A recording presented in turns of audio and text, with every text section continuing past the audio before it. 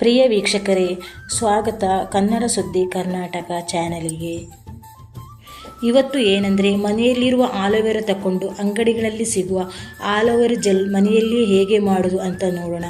ಜಾಸ್ತಿ ವಸ್ತುಗಳು ಕೂಡ ಬೇಡ ಹಾಗೂ ಬೇಗ ಈಸಿಯಾಗಿ ಮಾಡಬಹುದು. ತುಂಬ ದಪ್ಪ ಇರುವ ಆಲೋವೆರಾ ತೆಗಿಬೇಕು, ಇಲ್ಲಾದರೆ ಜೆಲ್ ತೆಗಿಲಿಕ್ಕೆ ಕಷ್ಟ ಆಗ್ಬೋದು.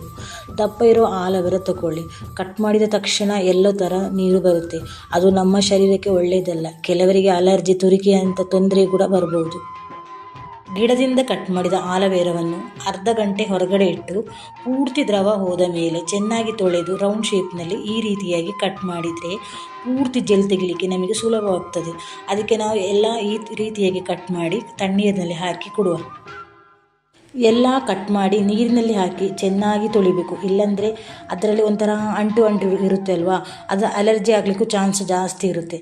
ಮಿನಿಮಮ್ 2-3 ಸಲ ಚೆನ್ನಾಗಿ ತಣ್ಣೀರಿನಲ್ಲಿ ಅಂಟು ಹೋಗೋ ತನಕ ತೊಳೆದರೆ ಸಾಕು. ನಿಮಗಿಲ್ಲಿ ಕಾಣ್ತಾ ಇದೆಯಲ್ಲ, ಆ ಥರ ಕಟ್ ಮಾಡಿ, ಇಲ್ಲಾಂದರೆ ಸ್ಪೂನಿಂದ ತೆಗೆದ್ರೂ ಆಗ್ತದೆ. ಹಾಗೆ ಎಲ್ಲ ತೆಗೆದುಬಿಟ್ಟು ಒಂದು ಸಲ ನೀರಿನಲ್ಲಿ ತೊಳೆದುಬಿಟ್ಟು ಒಂದು ಮಿಕ್ಸಿ ಜಾರ್ ತಗೊಂಡು ನುಣ್ಣಗೆ ರುಬ್ಬಿ. ನುಣ್ಣಗೆ ಅಂದರೆ ಬೆಣ್ಣೆ ಥರ ಅಂತ ಹೇಳ್ತೇವಲ್ಲ ಆ ಥರ ರುಬ್ಬಿ. ನೈಸ್ ರುಬ್ಬಿದರೆ ಅಂದರೆ ಬೆಣ್ಣೆ ಥರ ಅಂತ ಹೇಳ್ತೇವಲ್ಲ ಆ ಥರ ರುಬ್ಬಿದರೆ ನಮಗೆ ಅದರ ನೀರು ಪೂರ್ತಿಯಾಗಿ ಸಿಗುತ್ತೆ. ತರಿಯಾಗಿ ರುಬ್ಬಿದರೆ ಅದರ ನೀರು ಸಿಗೋದಿಲ್ಲ ನಮಗೆ. ಹಾಗೆ ಚೆನ್ನಾಗಿ ಪೇಸ್ಟ್ ಮಾಡಿ ಒಂದು ಹಳೆ ಯಾವುದಾದ್ರೂ ಒಂದು ಜರಡಿ ಇರುತ್ತೆ ಅಲ್ವಾ, ಆ ಜರಡಿಯಲ್ಲಿ ಪೂರ್ತಿಯಾಗಿ ಅದರ ನೀರು ಸೋಸಿ ತೆಗೀರಿ. ಆಮೇಲೆ ಅದಕ್ಕೆ 2 ವಿಟಮಿನ್ ಸಿ ಟ್ಯಾಬ್ಲೆಟ್ ಸೇರಿಸಿ ಚೆನ್ನಾಗಿ ಮಿಕ್ಸ್ ಮಾಡಿ ಪಕ್ಕಕ್ಕಿಡಿ. ಇದು ಮಿನಿಮಮ್ 10-15 ದಿವಸ ಯೂಸ್ ಮಾಡಲಿಕ್ಕೆ ಬರ್ಬೋದು. ಮತ್ತು ವಿಟಮಿನ್ ಸಿ ಡೈರೆಕ್ಟಾಗಿ ಯೂಸ್ ಮಾಡೋದು ಬೇಡ, ಯಾವುದಾದರೂ ಫೇಶಿಯಲ್ ಜೊತೆ ಯೂಸ್ ಮಾಡೋದು ಒಳ್ಳೆಯದು. ಆಮೇಲೆ ಎರಡನೇದಾಗಿ ಯೂಸ್ ಮಾಡುತ್ತಿರೋದು ಜೆಲೆಟಿನ್.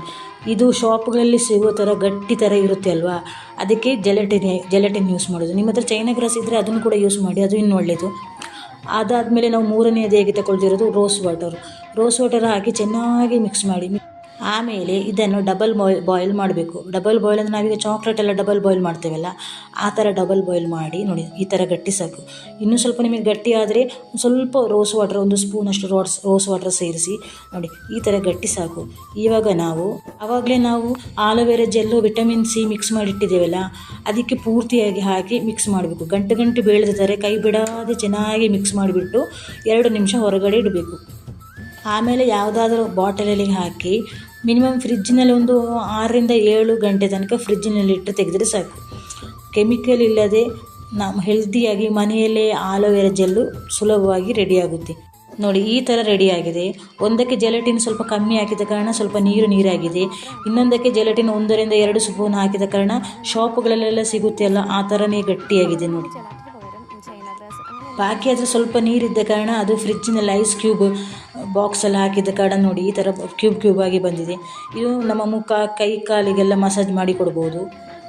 ನಿಮಗೆ ವಿಡಿಯೋ ಇಷ್ಟ ಆಗಿದ್ದರೆ ಲೈಕ್ ಮಾಡಿ, ಶೇರ್ ಮಾಡಿ, ಕಮೆಂಟ್ ಮಾಡಿ.